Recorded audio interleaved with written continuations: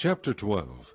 These are the decrees and laws you must be careful to follow in the land that the Lord, the God of your fathers, has given you to possess, as long as you live in the land.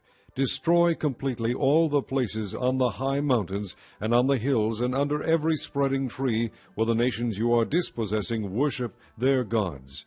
Break down their altars, smash their sacred stones, and burn their Asherah poles in the fire.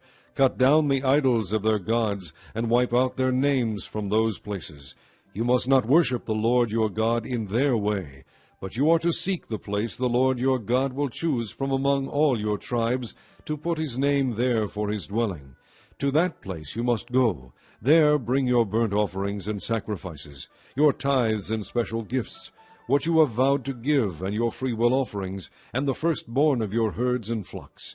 There, in the presence of the Lord your God, you and your family shall eat, and shall rejoice in everything you have put your hand to, because the Lord your God has blessed you. You are not to do as we do here today, everyone as he sees fit, since you have not yet reached the resting place and the inheritance the Lord your God is giving you.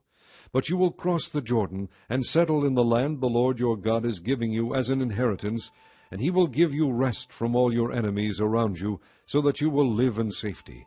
Then to the place the Lord your God will choose as a dwelling for his name, there you are to bring everything I command you, your burnt offerings and your sacrifices, your tithes and special gifts, and all the choice possessions you have vowed to the Lord. And there rejoice before the Lord your God, you, your sons and daughters, your men servants and maidservants, and the Levites from your towns, who have no allotment or inheritance of their own. Be careful not to sacrifice your burnt offerings anywhere you please. Offer them only at the place the Lord will choose in one of your tribes, and there observe everything I command you. Nevertheless, you may slaughter your animals in any of your towns, and eat as much of the meat as you want, as if it were gazelle or deer, according to the blessing the Lord your God gives you. Both the ceremonially unclean and the clean may eat it. But you must not eat the blood. Pour it out on the ground like water. You must not eat in your own towns the tithe of your grain and new wine and oil, or the firstborn of your herds and flocks, or whatever you have vowed to give, or your freewill offerings or special gifts. Instead, you are to eat them in the presence of the Lord your God, at the place the Lord your God will choose, you, your sons and daughters, your men servants and maidservants, and the Levites from your towns. And you are to rejoice before the Lord your God in everything you put your hand to. Be careful not to neglect the Levites as long as you live in your land. When the Lord your God has enlarged your territory as he promised you, and you crave meat and say, I would like some meat, then you may eat as much of it as you want. If the place where the Lord your God chooses to put his name is too far away from you, you may slaughter animals from the herds and flocks the Lord has given you, as I have commanded you, and in your own towns you may eat as much of them as you want. Eat them as you would gazelle or deer. Both the ceremonially unclean and the clean may eat. But be sure you do not eat the blood, because the blood is the life, and you must not eat the life with the meat. You must not eat the blood, pour it out on the ground like water. Do not eat it, so that it may go well with you and your children after you, because you will be doing what is right in the eyes of the Lord.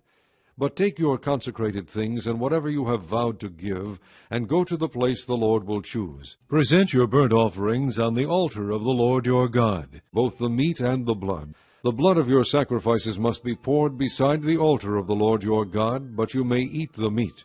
Be careful to obey all these regulations I am giving you, so that it may always go well with you and your children after you, because you will be doing what is good and right in the eyes of the Lord your God.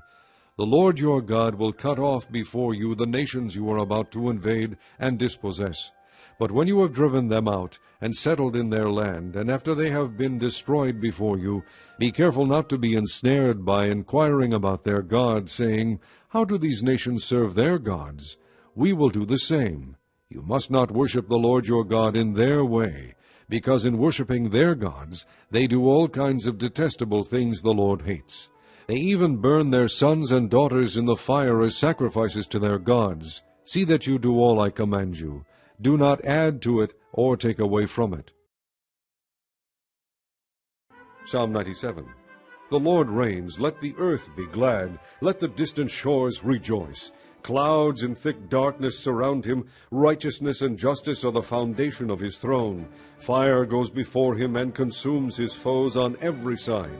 His lightning lights up the world. The earth sees and trembles. The mountains melt like wax before the Lord of all the earth. The heavens proclaim his righteousness, and all the peoples see his glory. All who worship images are put to shame. Those who boast in idols, worship him, all you gods. Zion hears and rejoices, and the villages of Judah are glad because of your judgments, O Lord. For you, O Lord, are the most high over all the earth. You are exalted far above all gods. Let those who love the Lord hate evil, for he guards the lives of his faithful ones, and delivers them from the hand of the wicked. Light is shed upon the righteous, and joy on the upright in heart. Rejoice in the Lord, you who are righteous, and praise his holy name. Psalm 98, a psalm. Sing to the Lord a new song, for he has done marvelous things. His right hand and his holy arm have worked salvation for him. The Lord has made his salvation known, and revealed his righteousness to the nations. He has remembered his love and his faithfulness to the house of Israel. All the ends of the earth have seen the salvation of our God. Shout for joy to the Lord, all the earth. Burst into jubilant song with music. Make music to the Lord with the harp and the sound of singing, with trumpets and the blast of the ram's horn. Shout for joy before the Lord, the King. Let the sea resound, and everything in it, the world and all who live in it. Let the rivers clap their hands. Let the mountains sing together for joy. Let them sing before the Lord, for he comes to judge the earth. He will judge the world in righteousness, and the peoples with equity. Chapter 40. Comfort, comfort my people, says your God. Speak tenderly to Jerusalem, and proclaim to her that her hard service has been completed, that her sin has been paid for, that she has received from the Lord's hand double for all her sins. A voice of one calling, in the desert, prepare the way for the Lord. Make straight in the wilderness a highway for our God. Every valley shall be raised up, every mountain and hill made low. The rough ground shall become level, the rugged places a plain, and the glory of the Lord will be revealed, and all mankind together will see it. For the mouth of the Lord has spoken. A voice says, Cry out, and I said, What shall I cry? All men are like grass, and all their glory is like the flowers of the field. The grass withers and the flowers fall, because the breath of the Lord blows on them. Surely the people are grass. The grass withers and the flowers fall, but the word of our God stands forever. You who bring good tidings to Zion, go up on a high mountain. You who bring good tidings to Jerusalem, lift up your voice with a shout. Lift it up, do not be afraid. Say to the towns of Judah, Here is your God. See, the sovereign Lord comes with power, and his arm rules for him. See, his reward is with him, and his recompense accompanies him. He tends his flock like a shepherd. He gathers the lambs in his arms, and carries them close to his heart. He gently leads those that have young. Who has measured the waters in the hollow of his hand, or with the breadth of his hand marked off the heavens? Who has held the dust of the earth in a basket, or weighed the mountains on the scales, and the hills in a balance? Who has understood the mind of the Lord, or instructed him as his counselor? Whom did the Lord consult to enlighten him, and who taught him the right way? Who was it that taught him knowledge, or showed him the path of understanding? Surely the nations are like a drop in a bucket. They are regarded as dust on the scales. He weighs the islands as though they were fine dust. Lebanon is not sufficient for altar fires, nor its animals enough for burnt offerings. Before him all the nations are as nothing. They are regarded by him as worthless, and less than nothing. To whom then will you compare God? What image will you compare him to? As for an idol, a craftsman casts it, and a goldsmith overlays it with gold, and fashions silver chains for it.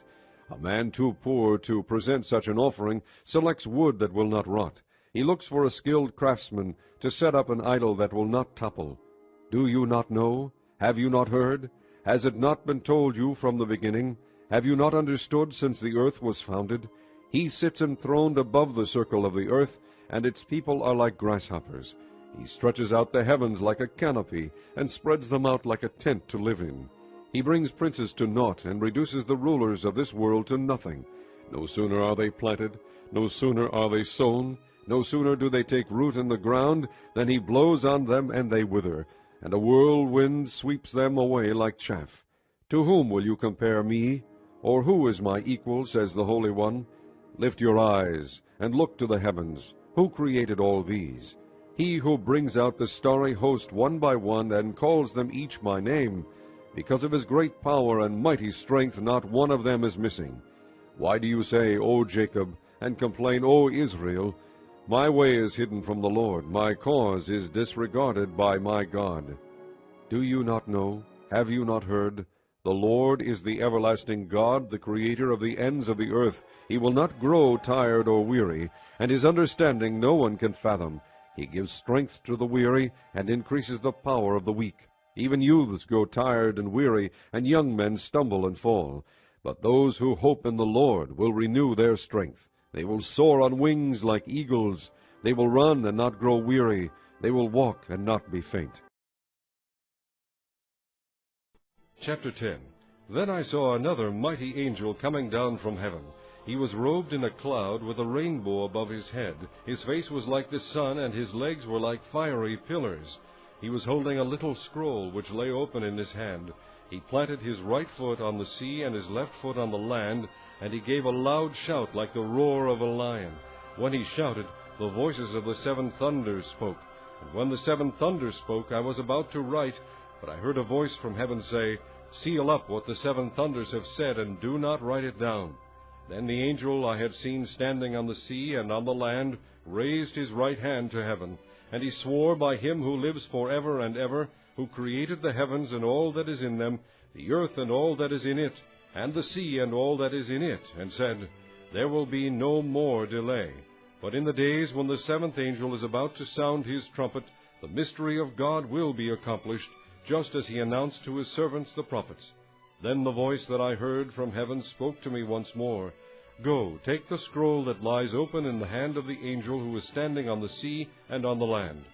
So I went to the angel and asked him to give me the little scroll. He said to me, Take it and eat it.